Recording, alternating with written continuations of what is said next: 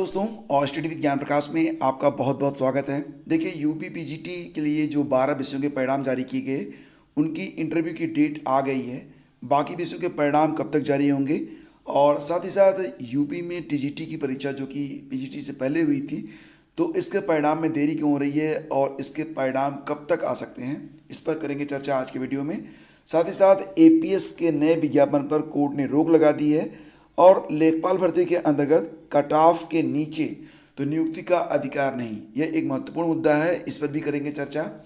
आश्रम पद्धति प्रवक्ता भर्ती परीक्षा आज होने वाली है, और नई प्राथमिक शिक्षक भर्ती में रिक्तियों पर एक नई अपडेट आई है। साथ ही साथ इस पर भी चर्चा करेंगे कि जो पुरानी रिक्तियां हैं लगभग 22,000, वो नई भर्ती में जुड़ेंगी या नहीं जुड़ेंगी। साथ ही साथ ऐसे स्कूलों में भी अब शिक्षक भर्ती में मैनेजमेंट का हाथ नहीं, यानी कि कुछ ऐसे विद्यालय हैं जहां पर अभी तक भर्तियां जो थीं वो मैनेजमेंट के माध्यम से होती थी, तो अब ये भर्तियां भी मैनेजमेंट नहीं कर पाएगा। तो ये मुख्य टॉपिक होंगे आज के वीडियो में। आइए शुरू करते हैं। सबसे पहले बात करते हैं 12 विषयों के साक्षात्कार की डेट्स घोषित कर दी गई हैं। तो पीजीटी 2021 उत्तर प्रदेश माध्यमिक शिक्षा सेवा चयन बोर्ड में 5 से 20 अक्टूबर तक ये इंटरव्यू डिक्लेयर किए गए हैं, और इसकी पूरी जानकारी आपको ऑफिशियल वेबसाइट पर दे दी गई है। फिलहाल फ्रेंड्स, खबर यह है कि उत्तर प्रदेश माध्यमिक शिक्षा सेवा चयन बोर्ड ने पीजीटी 2021 के 12 विषयों के लिखित परीक्षा परिणाम घोषित करने के दूसरे दिन शनिवार को जो इंटरव्यू की डेट है वो भी लगा दी है। साक्षात्कार पत्र और विषयवार तिथि चयन बोर्ड की वेबसाइट पर जारी कर दी गई है। इंटरव्यू जो है ये 5 अक्टूबर से शुरू हो रहे हैं और 20 अक्टूबर तक चलेंगे। पीजीटी के जो शेष विषय हैं उसके परिणाम भी जल्दी घोषित किए जाएंगे। तो ये कब घोषित होंगे, तो मैं आपको बता दूं कि ये जो पीजीटी के शेष विषय हैं ये विद इन वीक, इसी सप्ताह के अंदर ही इसके परिणाम भी घोषित कर दिए जाएंगे। माध्यमिक शिक्षा सेवा चयन बोर्ड के उप सचिव और परीक्षा नियंत्रक नवल किशोर ने बताया कि पीजीटी 2021 के लिखित परीक्षा के घोषित 12 विषयों के परिणाम में कुल 4,780 अभ्यर्थियों को इंटरव्यू के लिए बुलाया गया है। इसमें कुल 1270 पद हैं, तो एक पद के सापेक्ष 3 लोगों को इंटरव्यू के लिए आमंत्रित किया गया है। आपको पता होगा कि अंग्रेजी, गणित, कला, गृह विज्ञान, संगीत वादन, जीव विज्ञान, भौतिक विज्ञान, मनोविज्ञान और तर्कशास्त्र और सैन्य विज्ञान के साक्षात्कार में 5 से 14 अक्टूबर तक, और बाकी की जो है वो 16 से 20 अक्टूबर तक आयोजित किए जाएंगे। तो यहाँ पर नोटिफिकेशन भी जारी कर दी गई है, और इंटरव्यू की डेट्स आप यहाँ पर देख सकते हैं। 5 अक्टूबर से 14 अक्टूबर और फिर 16 अक्टूबर से 20 अक्टूबर तक ये इंटरव्यू चलेंगे, और सभी के लिए पूरी जानकारी जो है ऑफिशियल वेबसाइट पर अपलोड कर दी गई है। आप अपना इंटरव्यू लेटर जरूर डाउनलोड कर लें अगर आप इस इंटरव्यू में शामिल हो रहे हैं। साथ ही साथ जो अनुदेश दिए गए हैं उसका पालन करना भी अनिवार्य है। तो यहाँ पर जो प्रथम और द्वितीय बैच के अभ्यर्थी हैं उनके लिए जो रिपोर्टिंग टाइम है वो क्रमशः 11 बजे और 3 बजे है, और कोविड-19 का जो प्रोटोकॉल है उसका भी पालन आपको करना होगा। और फ्रेंड्स, इसी क्रम में आगे बढ़ते हैं। आइए चलते हैं अगली खबर पे। तो यहाँ पर खबर ये है कि सिविल सचिवालय में अपर निजी सचिव की चयन प्रक्रिया पर कोर्ट ने रोक लगा दी है। तो यूपी सिविल सचिवालय में अपर निजी सचिवों की चयन प्रक्रिया जो थी ये उत्तर प्रदेश लोक सेवा आयोग द्वारा 24 अगस्त 2021 को जारी अधिसूचना पर इलाहाबाद हाईकोर्ट ने रोक लगा दी है। कोर्ट ने आयोग और प्रदेश सरकार से 2 सप्ताह में याचिका पर जवाब मांगा है। याचिका में कहा गया कि अपर निजी सचिवों की भर्ती प्रक्रिया वर्ष 2013 में शुरू की गई थी, मगर इसे बीच में ही रोक दिया गया। 9 साल बाद पूर्व की चयन प्रक्रिया को रद्द कर नई अधिसूचना जारी की गई। जयकरण, राजू कुमार सहित कई अभ्यर्थियों की याचिकाओं पर न्यायमूर्ति सरल श्रीवास्तव की एकल पीठ ने सुनवाई की है। याचिकागण की ओर से वरिष्ठ अधिवक्ता अशोक खरे और सीमान सिंह आदि का कहना है कि लोक सेवा आयोग ने वर्ष 2013 में अधिसूचना जारी कर अपर निजी सचिवों की नियुक्ति प्रक्रिया शुरू की थी। इसके तहत स्टेनोग्राफी और टाइप टेस्ट के अलावा कंप्यूटर नॉलेज टेस्ट होना था। स्टेनोग्राफी और टाइप टेस्ट में याचिकागण सफल रहे और कंप्यूटर टेस्ट का इंतजार वो कर रहे थे, मगर आयोग ने कंप्यूटर टेस्ट के लिए कई तारीखें जारी की, मगर हर बार किसी न किसी वजह से इसे टाल दिया। 9 साल के बाद 24 अगस्त 21 को परीक्षा नियंत्रक लोक सेवा आयोग ने अधिसूचना जारी कर नए सिरे से चयन प्रक्रिया शुरू करने के लिए आवेदन मांगे हैं। अधिवक्ताओं का ये कहना है कि चयन प्रक्रिया को बीच में रद्द करना मनमाना है, इससे याचिकागण को नुकसान होगा। स्टेनोग्राफी और टाइपिंग के लिए नियमित अभ्यास की आवश्यकता होती है। चूँकि याचीगढ़ इस चरण को पास कर चुके हैं, इसलिए उनको सिर्फ कंप्यूटर टेस्ट की उम्मीद थी। तो पूर्व की चयन प्रक्रिया बिना किसी औचित्य के रद्द की गई है, इसका कोई कारण नहीं बताया गया है।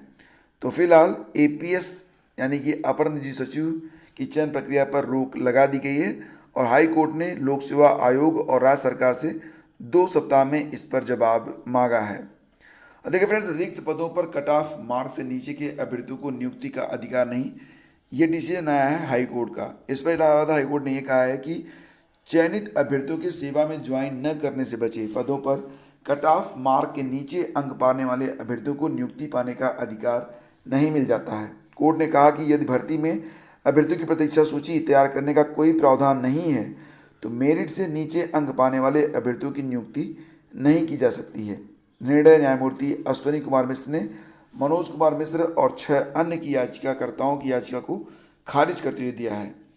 तो याचिका के अनुसार याचिका ने लेखपाल भर्ती के लिए जो विज्ञापन निकला था उसमें आवेदन किया था और याचिका ने आवेदन जो किया था उसमें उनके कट ऑफ जो थे वो मतलब उनके जो अंक थे वो कट ऑफ मार्क के नीचे थे, इसलिए उनका लेखपाल पद पर चयन नहीं हो सका था।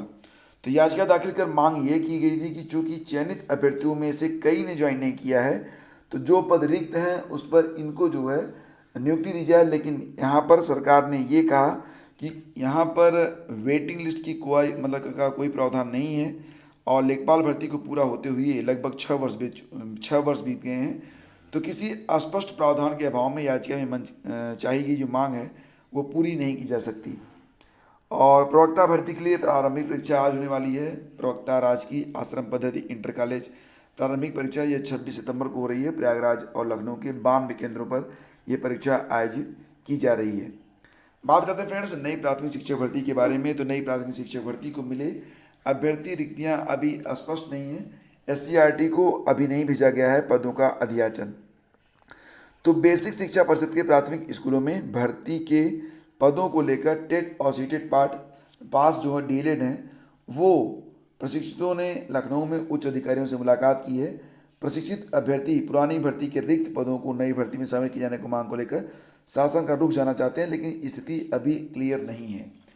उन्हें बताया गया कि पदों का आकलन करने के लिए कमेटी गठित की गई जो वो 2 बार बैठक कर चुकी है और शीघ्र ही इस पर अंतिम निर्णय लिया जाएगा और रिपोर्ट सौंप दिया जाएगा।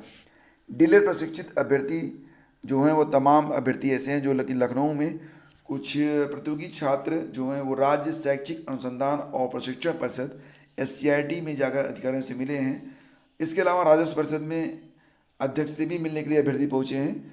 तो उनकी अनुपस्थिति में उप सचिव ने मुलाकात की है। जानकारी मिली कि छात्र शिक्षक के अनुपात में रिक्तियों का आकलन करने के लिए राजस्व परिषद के प्रमुख की अगुवाई में गठित 3 सदस्यीय समिति की 2 बैठकें हो चुकी हैं और इसकी रिपोर्ट जल्दी आएगी। तो रिक्तियों का ब्यौरा बेसिक शिक्षा परिषद के सचिव प्रताप सिंह बघेल जुटा रहे हैं। ये भी बताया गया है कि रिक्त पदों पर विवरण आने के बाद कमेटी के प्रमुख सदस्य राजस्व परिषद के अध्यक्ष भर्ती के लिए बजट प्रबंधन देखेंगे। बातचीत में यह बात स्पष्ट नहीं हो सकी कि 69,000 ये देखो ये जो मैटर है 68,500 का है, तो 68,500 भर्ती के शेष बचे हुए 22,000 पदों को नई भर्ती में जोड़ा जाएगा या नहीं।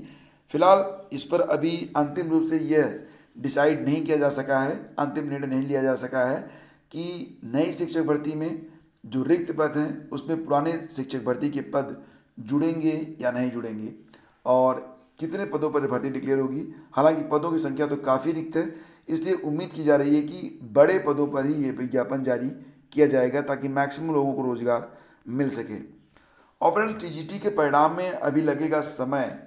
तो टीजीटी परीक्षा का परिणाम घोषित होने में अभी समय लग सकता है। यह परीक्षा तो आपको पता ही है कि सभी जिलों में 7 और 8 अगस्त को हुई थी। तो 12,603 पदों के लिए 7,000 कुल मिला के 7,10,854 अभ्यर्थियों ने आवेदन किया था।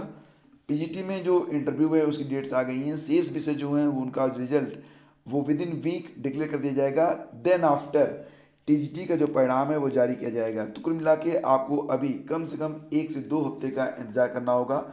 हालांकि आश्वस्त रहिए, टीजीटी और पीजीटी की जो भर्ती है यह हर हालत में 31 अक्टूबर तक पूरी करने का प्रयास किया जा रहा है और सप्ताह भर में आएगा पीजीटी का शेष परिणाम। मैंने आपको बताया कि उत्तर प्रदेश माध्यमिक शिक्षा सेवा चयन बोर्ड प्रवक्ता संवर्ग पीजीटी के शेष 11 विषयों का परिणाम करीब एक सप्ताह में जारी किया जाएगा। और इन विषयों के उत्तरमाला पर आई आपत्तियों का विषय विशेषज्ञ द्वारा अभी निस्तारण किया जा रहा है।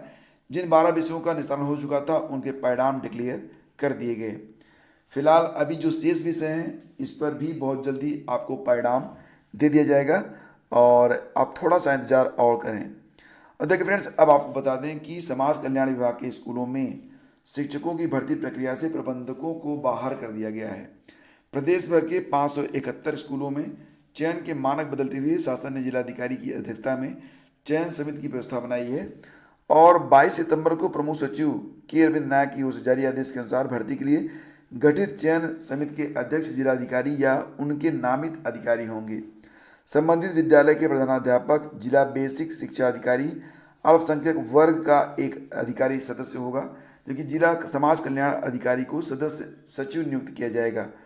तो मिला जुलाकर समाज कल्याण के स्कूलों में भर्ती से प्रबंधकों को बाहर कर दिया गया है और इन पदों पर नियुक्ति के लिए शासन का अनुमोदन प्राप्त होने पर प्रबंधक 1 महीने के अंदर चयनित के लिए नियुक्ति पत्र जारी कर सकेंगे। तो थोड़ी सी प्रक्रिया में बदलाव कर दिया गया है। तो फ्रेंड्स, ये थी आज की पूरी update. Thank you so much for watching the video. और अगर वीडियो आपको पसंद आता है तब आप इसे प्लीज़ लाइक और शेयर जरूर किया करें। बहुत बहुत धन्यवाद।